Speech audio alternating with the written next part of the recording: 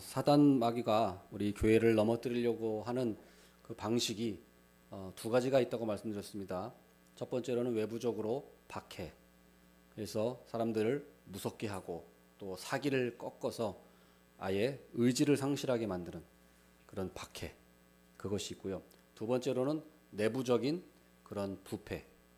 내부적으로 지난번에 우리 아나니아와 삽비라 사건을 보았듯이 내부적으로 그 탐욕, 부패가 교회를 망치게 하는 그런 요소가 됩니다. 그런데 한 가지가 오늘 말씀을 보면은 더 있다는 것이죠. 사탄이 교회를 무너뜨리려고 하는 세 번째 그 공격은 바로 목회자를 공격하는 것입니다.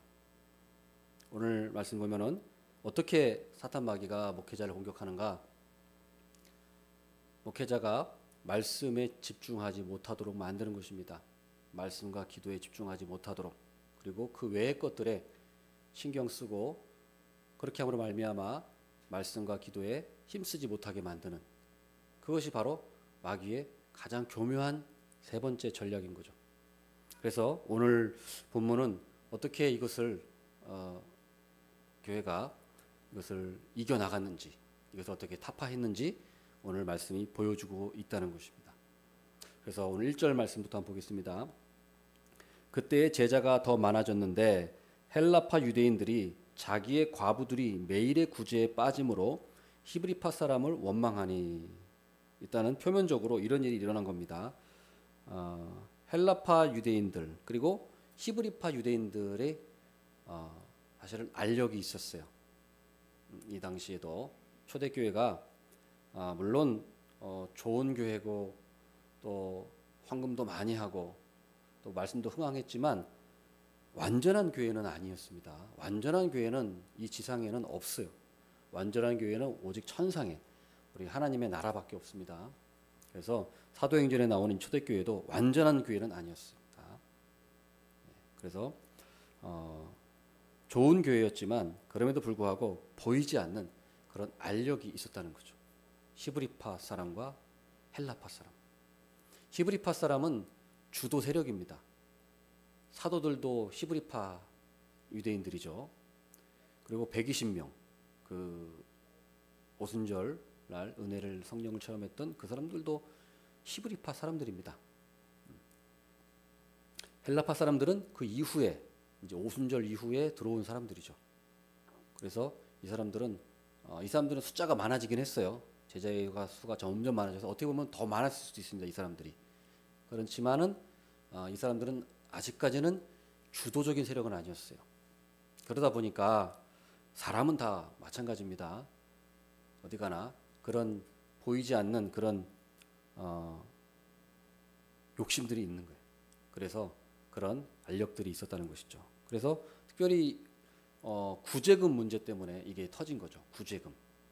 헬라파 과부들이 구제금을 받지를 못한 거예요. 많이. 히브리파 과부들은 잘 받는데 헬라파 과부들은 분배가 잘 안 된 겁니다. 잘 못 받은 거예요. 그러니까 당연히 불평이 생기겠죠. 그래서 원망하는 소리가 들린 거예요. 원망했다. 오늘 1절에 보면 히브리파 사람을 원망했다. 원망했다. 아주 상당한 그런 불평이 있었다는 것이죠. 그래서 이것이 어떤 행정착오 때문인지 진짜로 의도해서 그런 건지는 잘 모릅니다. 나와 있지 않지만. 그러나 의도한 것 같지는 않아요. 이 교회가 그렇게까지 그건 아닌 것 같고 의도한 것 같지는 않은데 사도들이 이 일을 하다 보니까 이것을 세심하게 챙기지 못할 수도 있고, 또 사도들이 하다 보니까 사도들도 그런 부분에 신경을 못 쓸 수도 있어요. 그리고 아무래도 사도들이 잘 아는 사람은 헬라 쪽보다는 히브리 쪽을 더 잘 알 거 아니겠습니까? 그러니까 일부러 그런 건 아니었겠죠. 그러나 어떻게 하다 보니까 그렇게 된 것 같아요. 그러나 결과적으로는 어때요? 결과적으로는 당연히 불평이 나올 수밖에 없는 것이고 잘못된 것이죠. 의도하지 않았을지라도. 그래서 상당한 오해 소지가 있었다.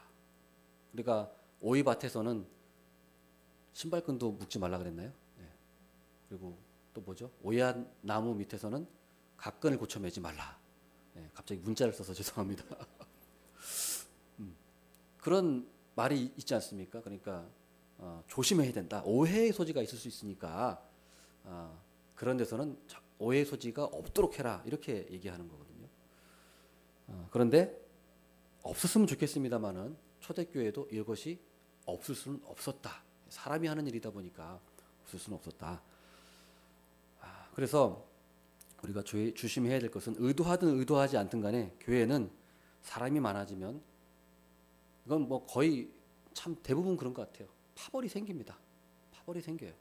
안타깝지만 그래요. 그래서 뭔가 세력 다툼을 하고 뭔가 힘겨루기를 하고 그런 게 있다는 거죠. 뭔가 경쟁을 하면서. 그래서 제가 예전에 교회에서도 그런 일을 종종 많이 봤어요. 그래서 그전에 교회 때는 서울파, 안산파 이렇게 나눠가지고 조직도 아니고 서울파, 안산파 이렇게 나눠가지고 원래 그 교회가 서울에 있던 교회였는데 안산으로 이렇게 교회를 이전한 거예요. 지역이 멀잖아요. 서울에 있는 분들이 교회를 안 옮기고 관광 버스를 대절해서 매주 내려오는 거예요. 네, 매주. 그리고 수요일에도 오고 금요일에도 오고. 그래서 관광 버스는 이제 주일날만 운행을 하고 나머지 수요일하고 금요일은 교회 차로 스타렉스로 왔다 갔다 하느라고 저도 죽을 뻔했습니다. 그거 하느라고 서울까지 안산에서 왔다 갔다 하느라고 아주 그냥 말씀 준비를 못 하고 그것만 시켜가지고 하여튼 교회가 하여튼 그런 교회였는데 거기도 그런 소리가 들리더라고요. 목사님이 서울파만 좋아해. 서울파라는 말은 안 하지만 서울 사람들만 좋아해. 왜? 목사님이 서울에서 개척했으니까 개척 멤버들이 다 서울에 있잖아요. 그리고 안산에 이사 왔으니까 새로운 사람들이에요. 그러니까 진짜인지 아닌지 모르겠지만 안산에 있던 사람들의 입장에서는 뭔가 차별받는 느낌이에요. 뭔가 목사님이 서울 사람들하고 더 친한 것 같고 보이지 않는 뭔가 그게 있는 거예요. 그러니까 이제 안산 사람들이 볼멘 소리가 이제 여기저기서 저도 들리더라고 저한테도. 그래서 이런 문제가 있구나. 목사님이 의도하지 않을지라도 그게 의도하지 않았을지라도 그게 비친다. 그렇게 된다는 거죠. 그래서 참 이런 교회에 이런 문제가 있구나라는 걸 제가 느낀 적이 있습니다. 또 다른 교회에서는 또 그런 일도 있었어요. 목사님이 또 어떤 권사님하고 전화 통화를 하다가 그 권사님 아들이 예전에 성가대 지휘를 했거든요. 성가대 지휘를 하다가 교회를 나갔어요. 무슨 일이 있어가지고. 근데 목사님이 그 성가대 지휘, 그러니까 권사님의 아들 편을 안 들고 다른 사람 편을 드는 듯한 그런 말을 했나 봐요. 그러니까 권사님이 이제 삐져가지고 아니 내 아들 편을 안 들어? 그래가지고 권사님이 나가셨네. 근데 권사님 일가족이 우리 교회에서 제일 많은 가족이었거든요. 그래서 권사님 가족, 동생 가족, 그 목사님 자녀들의 가족, 뭐 며느리 가족, 뭐 아들 가족 다 다니고 있었는데 손주까지 그 사람이니까 20-30명 나갔어요. 한 번에. 그런데 타격은 제가 받았어요. 중고등부 제가 담당하고 있었는데 중고등부 교사 나가지, 중고등부 회장 나가지. 아니 왜 내가 타격을 받아야 되는 거야 도대체. 네. 그래가지고 참 힘들었던 적이 있었는데 괜히 제가 힘들었던 적이 있어요. 근데 우리가 이런 일이 참 없어야 되겠죠, 그죠? 없어야 됩니다. 근데 참 쉽지는 않다는 거예요. 사람 우리가 죄인들이 모인 곳이다 보니까 이런 문제가 사실은 생길 수도 있어요. 그래서 우리 교회도 마찬가지입니다. 우리 교회가 지금 인원이 적고 해서 뭐 다 좋을지 몰라도 이제 인원이 늘어나고 그러면은 또 이런 문제가 분명히 생길 겁니다. 생길 거예요. 우리 교회라고 뭐 다를 거라고 생각할 필요는 없습니다. 다 죄인들이 모이는 곳이기 때문에. 그래서 그러니 우리 대비를 하고 있어야 돼요. 이런 일이 생길 수도 있다. 그러면 우리는 마음의 준비를 하고 있어서 이런 일이 생겼을 때 시험 들지 말고 기도하자. 왜? 우리 교회만 있는 문제가 아니라 다 있는 문제예요. 다 있는 문제입니다. 어느 교회나 적으나 많으나. 그러니까 이상할 게 아니고 내가 기도가 부족했구나. 내가 마음이 넓지 못했구나. 하고 기도하면 되는 거예요. 그리고 우리가 텃세는 부리면 안 됩니다. 텃세. 그러니까 우리끼리 사이좋은 건 좋아요. 그러나 다른 사람에게도 열려 있어야 돼요. 외부 사람들한테 절대로 우리가 열려 있어야지 우리끼리만 뭐 친하게 지내고 그런 거는 그러면은 안 돼요. 그래서 항상 마음에 우리가 새겨야 합니다. 그래서 자꾸 친한 사람들만 지내지 마시고 밥 먹을 때 좀 안 친한 사람과도 밥도 먹고 일부러 가서 좀 말도 걸고 그래야 돼요. 그래야 됩니다. 이게 생활화가 돼야 돼요. 목회자만 그렇게 하면 안 돼요. 그러면 교회가 안 됩니다. 목회자 한계가 있어요. 그래서 저도 제 친구가 있고 이렇기 때문에 여러분들이 이분은 좀 소외된 것 같아. 그러면 여러분들이 직접 가서 같이 식사하시고 얘기도 하고 그래야 돼요. 그래야 되는 것입니다. 우리 그렇게 될 줄로 믿습니다. 아멘. 자, 2절 한번 보겠습니다. 2절. 열두 사도가 모든 제자를 불러 이르되 우리가 하나님의 말씀을 제쳐놓고 접대를 일삼는 것이 마땅하지 아니하니. 이제 여기서 근본 문제가 나오는 겁니다. 이제 그 히브리파와 헬라파의 문제는 이제 사실은 근본 문제가 아니에요.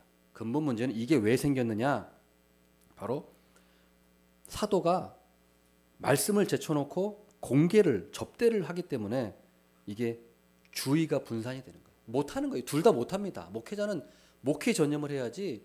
목회자가 목회의 일, 뭐 행정이나 뭐 구제나 뭐 잡다한 거 다 하면 교회가 안 되는 거예요. 교회가 오히려 분란만 일어나는 겁니다. 이게 바로 그거예요. 목회자는 본질적인 일에 오로지 기도와 말씀 여기에 힘써야 되는 거예요. 제가 사실 제일 이해가 안 되는 말이 뭐냐면 이중직 목사님이 일도 하면서 목회도 한다는 게 전 제일 이해가 안 돼요. 사실 제 주위에도 그런 사람들이 많았어요. 같은 이제 제 연배 목회자들이 뭐 신대원에서 뭐 동기들이 나는 일하면서 목회할 거야. 난 이해가 안 됐어요 그 말이. 아니 일하면서 어떻게 목회를 하지? 일하는 것만 해도 힘들어요. 목회하는 것만 해도 힘들어. 말씀 준비하는 것만 해도 힘든데 두 개 다 한다니까 그러면 네가 능력자냐? 일도 잘하면서 목회까지 잘할 수 있어. 능력자가 아니면 뭐예요? 그러면 죽도 밥도 안 된다는 얘기잖아요. 난 그 얘기를 듣기 제일 이상했어요. 나는 못하겠는데. 난 차라리 내가 일하면 일하고 목회하면 목회했지 둘 다는 못하겠다. 저는 항상 그 생각을 했어요. 그래서 근데 이중직을 하겠다는 사람들이 굉장히 많아서 유행처럼 뭐 바울이 무슨 뭐 텐트 메이커였어. 바울은 그래 난 일하면서 할 거야. 말은 좋죠. 의도는 좋아요. 그런데 실제 해보라고. 그게 되냐고요. 말씀 준비만 열심히 해도 하기 힘든데 아니 어떻게 낮에 일하면서 말씀 준비 언제 할 거예요? 말이 안 돼요. 말이.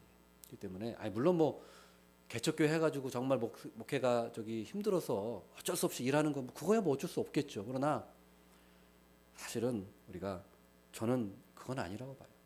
그것은 목회를 어떻게 보면 저는 가볍게 보는 거라고 생각합니다. 하나님의 이 말씀을 맡은 이 직무를 가볍게 보는 거라고 생각해요.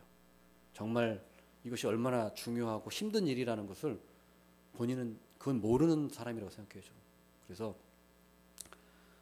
이 사도들도 마찬가지. 사도들도 목회 일하고 다른 걸 하려고 하니까 못하는 거예요. 사도들도 못했는데 뭐 자기가 못하겠다는 얘기도 있지. 사도들도 이 말씀, 이 성경을 쓴 사도들도 못하겠다는데 누가 하겠다는 겁니까 도대체. 그래서 그건 안 되는 일이에요. 그리고 이중직뿐만 아니라 목사는 이 목회 일에 전념해야 합니다. 다른 목회에 하면 주의가 분산될 수밖에 없어요. 그래서 교회가 이상한 길로 가는 이유가 다 그겁니다. 망하는 일이 다 그거예요. 본질에 집중하지 않기 때문에 목사가 기도하고 말씀하는데 집중하지 않기 때문에 사실은 모든 문제가 생기는 겁니다. 사실은 거기에 있어요. 그리고 거기에 목사가 간섭하면서 생기는 거예요. 아니 기도하고 말씀 일하면 자기 일하는 거니까 누가 뭐라 그러겠어요. 근데 그 외에 다른 일을 목사가 개입을 하니까 문제가 생기는 거거든요. 그거는 성도들이 할 일은 성도들에게 맡기고 목사가 할 일을 해야 되는데 그거를 목사가 개입하는 거예요. 막 시시콜 이거 해라 저거 해라. 그러니까 성도들이 막 미치는 거죠. 뭐 하려 그러면은 목사님 결제를 받아야 돼. 이거 하나 하면 다 결제받아야 돼. 그러니까 주눅이 들어가지고 못 하는 거예요. 어떤 교회는 제가 가보니까 제가 실제로 사역했던 교회 그 담임 목사님 그랬어요. 아니 무슨 뭐 행사를 하는데 풍선을 다는데 뭐 어딜 달아라 풍선을 뭐 어떻게 달아라 그것까지 목사님이 관여하더라고. 아니 그거는 권사님이 미술학과 나온 권사님이 있어요. 이대 미술학과인가? 어디 미대 나온 권사님이 그걸 총 책임을 하고 있어요. 그런데 목사님이 와가지고 뭐 풍선을 뭐 천장에도 달아라 뭐 헬륨 풍선으로 달아라. 그러니까 그 권사님이 막 얼굴이 빨개져가지고 막 미칠라 그러더라고. 제가 옆에서 막 안절부절 못해가지고 그 목사님 저한테 문자 보내가지고 막 그 사람 권사님한테 뭐 해라 뭐라 막 하라고 하는 거예요. 이거 이러면 안 되는데 막 하는데 목사님 시키니까 안 할 수도 없고 문자를 보내는데 목사님 이렇게 권사님 목사님 이렇게 하랍니다. 권사님이 나중에 저한테 그러시더라고요. 목사님 제가 부목사인데 참 목사님 힘드시겠어요 그러더라고요. 알아주셔서 감사합니다. 아니 풍선 나는 게 뭐 그렇게 중요하다고 뭐 천장에 꼭 헬륨 풍선을 붙여야 됩니까? 그걸 꼭 해야 된다고 그래가지고 막 그랬던 적이 있어요. 그래서 시시콜콜 그런 거 다 그거는 목회자가 해야 할 일이 있고 성도들이 해야 할 일이 있는 것이죠. 그래서 저희 교회는 제가 기도와 말씀에 전무할 테니까 우리 성도님들이 나머지는 잘 알아서 하십시오. 알았죠? 예, 열심히 예, 잘 알아서 하시기 바라겠습니다. 그래서 또 어떤 문제가 있냐면 목회자를 생각할 때 최고 경영자로 생각해요. CEO. 교회가 주식회사야. 그러니까 주식회사하고 목회자는 CEO예요. 그러니까 모든 걸 목회자가 경영을 잘해가지고 숫자 늘리고 저 실적을 늘려가지고 또 이벤트 해가지고 잘해가지고 예? 회사를 경영하듯이 완전히 그렇게 회사처럼 운영되는 교회도 또 사실 많아요. 보면은 목사님이 목사님 같지 않아. 그냥 무는 그냥 경영자야. 예? 무슨 CEO 같아요. 그래서 막 사람들 막 부목사들 막 거느리고 막 다니는데 말씀은 별거 없고 그냥 예, 그런 경영하는 최고 경영자 같은 무슨 그런 거에만 신경 쓰는 목회자들도 있다는 거예요. 또 어떤 분은 제가 참 기가 막힌 사람 한 분 봤었는데 어떤 집사님이었어요. 어떤 교회 집사님인데 저보고 목사님 저는 교회 컨설턴트를 합니다. 그래서 예? 교회 컨설턴트가 뭐예요? 처음 들었어요. 교회 컨설턴트가 모르세요? 아니 전 그런 걸 처음 들었는데요. 교회 컨설턴트 제가 그 전문가예요. 무슨 저 뭐예요 저 이거 명함까지 저한테 주면서 어떤 집사님이 그 컨설턴트가 뭐예요? 그랬더니 교회가 이렇게 하면 부흥되고 이렇게 하면은 뭐 교회가 잘 되고 사람이 많이 몰리고 어디 하면 자기가 장소까지 알아준다는 거. 어디에 개척하면 어디 하고 참 제가 당신 뭡니까 도대체? 아니 교회가 무슨 회사입니까? 컨설턴트로 교회를 개척합니까? 아니에요. 교회 어디에도 성경 어디에도 그렇게 하지 않았어요. 우리가 중요한 거는 우리가 하나님의 말씀이 세워져야 교회가 세워지는 거지. 무슨 컨설턴트로 교회를 회사는 컨설턴트를 해야겠죠. 그러다 교회는 그렇지 않다는 거예요. 교회는 오로지 우리가 기도하고 말씀에 집중할 때 우리 하나님이 역사하는 줄 믿습니다. 그거예요. 우리가 교회 청빙할 때 대형 교회 부목사분들 청빙을 많이 하잖아요.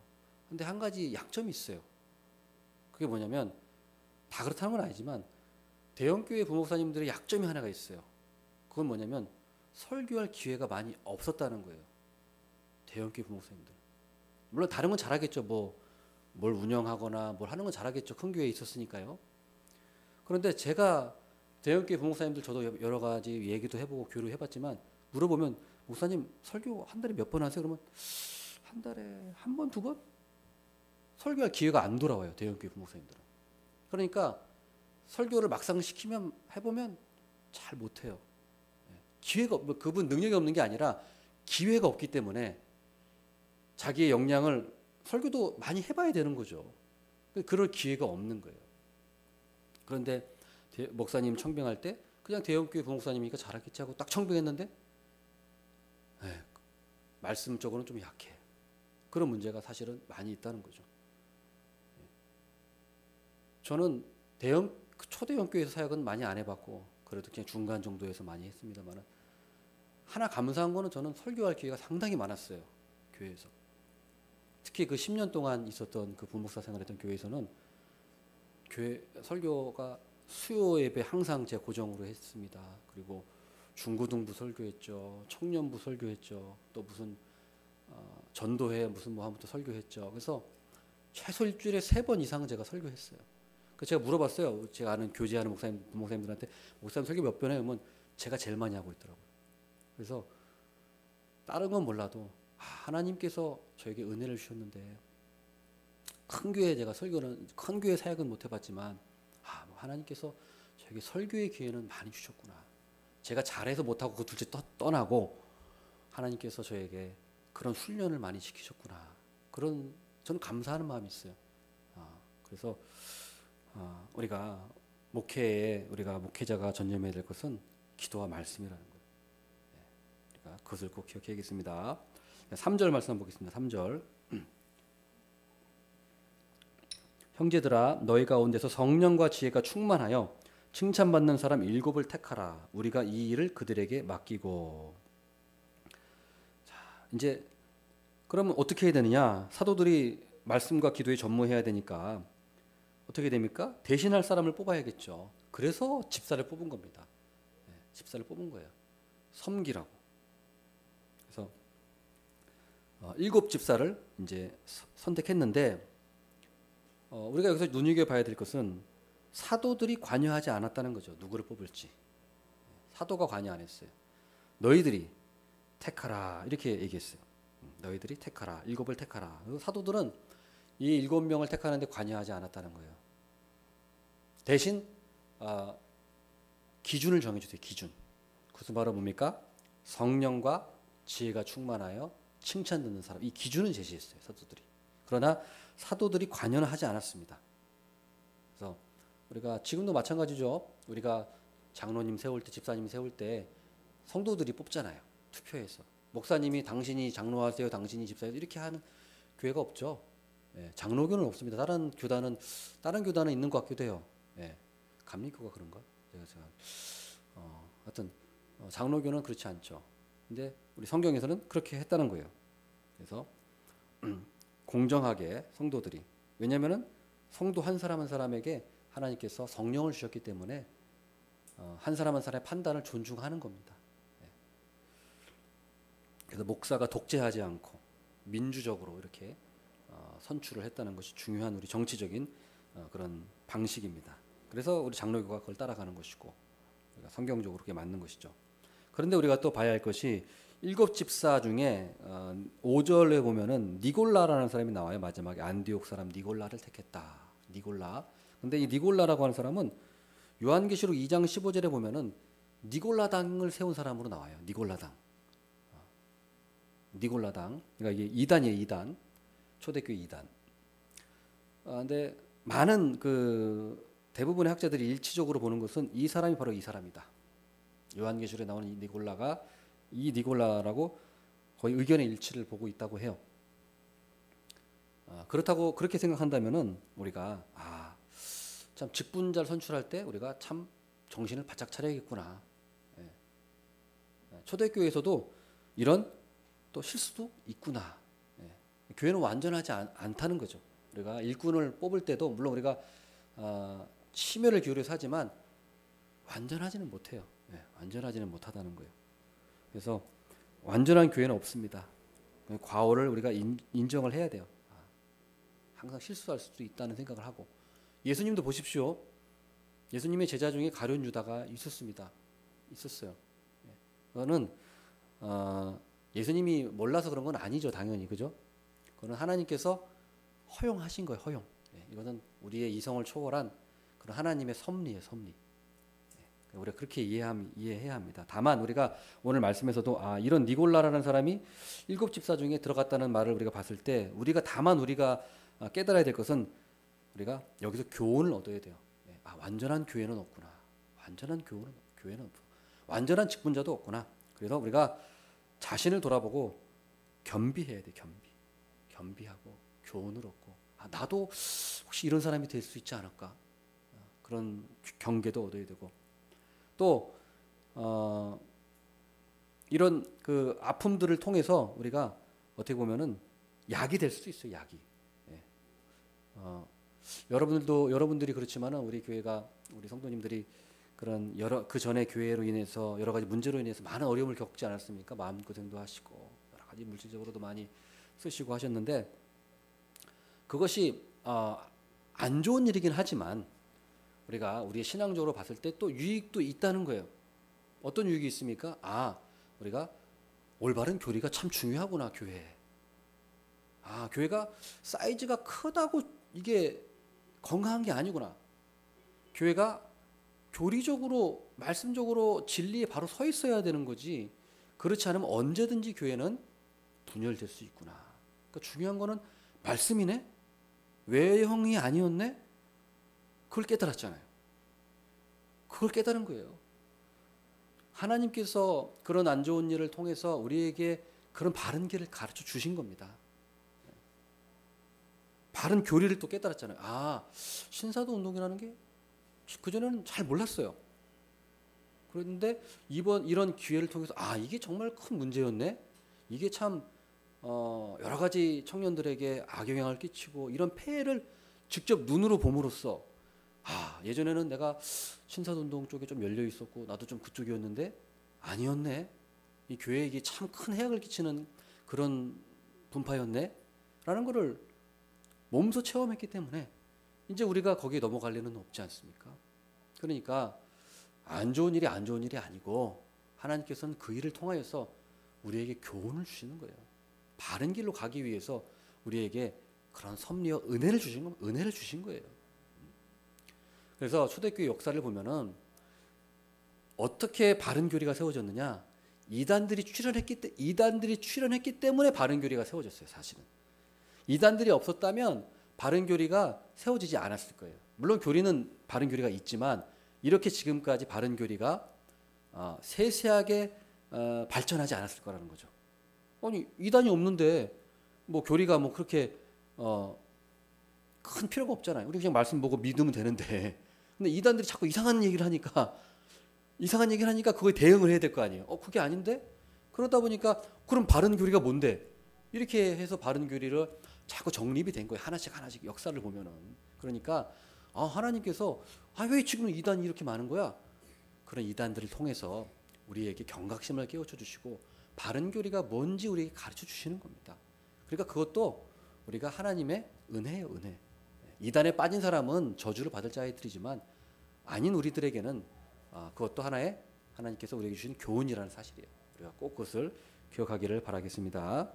자, 그럼 6절 보겠습니다. 6절. 사도들 앞에 세우니 사도들이 기도하고 그들에게 안수하니라. 안수했어요. 사도들이 이제 안수했어요. 이게 안수 집사죠. 지금 우리가 안수 집사와 서리 집사가 있는데 사실은 서리 집사는 집사가 정식은 아닌 거예요. 원래는 안수를 받아야 집사가 되는 거거든요. 근데 이거는 정식적인 게 아니고 교회에서 봉사를 위해서 임명하는 것뿐이에요. 그렇다고 집사가 아니라는 건 아닙니다. 그러나 성경에서 말하는 집사는 아니에요. 사실은 성경에서 말하는 집사는 안수받은 사람을 집사라고 해요.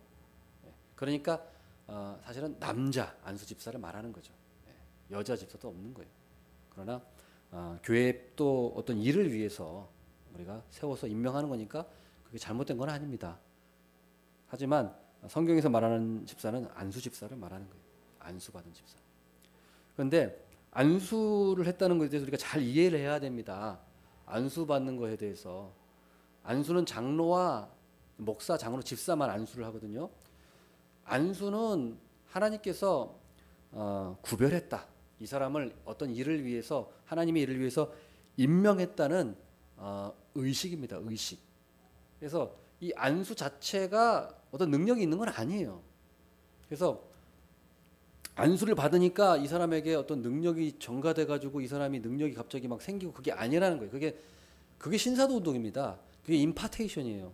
임파테이션. 신사도는 사도가 목회자들에게 안수하면은 성령이 그에게 임해 가지고 그때 능력을 받는 거예요. 안수의 능력을 받아서 그 이제 일을 한다는 거죠. 그러나 성경은 그렇지 않아요. 안수는 안수에서 에너지가 나가는 게 아니, 손바닥에서 에너지 나가는 게 아닙니다. 손바닥을 통해서 성령이 손바닥을 통해서 나가요? 그거는 신성 모독입니다. 인간의 손바닥을 통해서 성령님이 나간다는 건 신성 모독이에요. 하나님께서는 그렇게 하지 않으시고 안수라는 거는 형식이에요. 형식.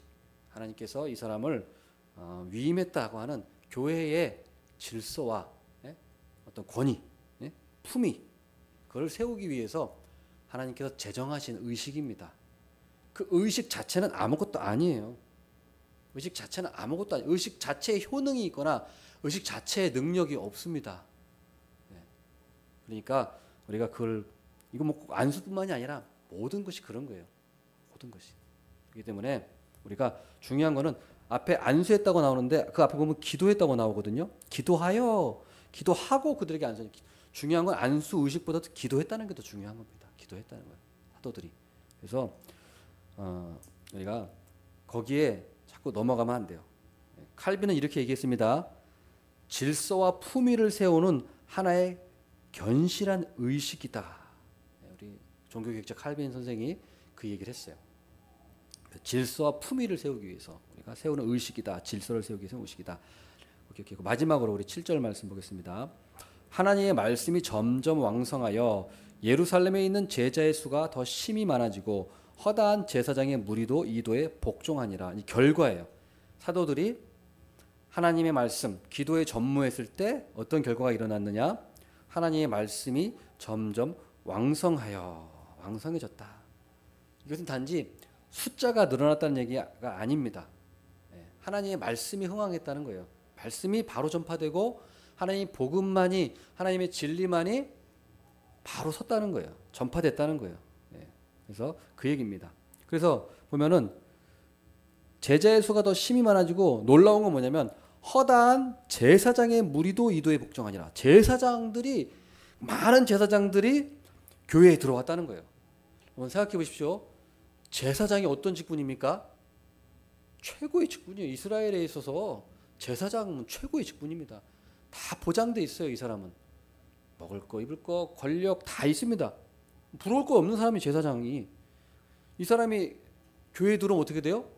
자기의 직분, 신분 다 버렸다는 얘기예요. 다 버렸다는 얘기입니다. 대단한 거예요. 대단한 거예요. 우리 조선시대 치면 양반이 자기 양반 신분 버리고 교회 왔다는 것, 그것보다 지금 더 충격적인 일인 거예요. 쌍놈들하고 양반이 같이 입에 들었다는 거예요. 제사장이 그걸 버리고 교회에 왔다는 거예요. 이게 무슨 말입니까? 왜 이런 일이 일어났습니까? 제사장들이 왜 자기의 직분까지 버려가면서 신분까지 버려가면서 교회에 왔습니까?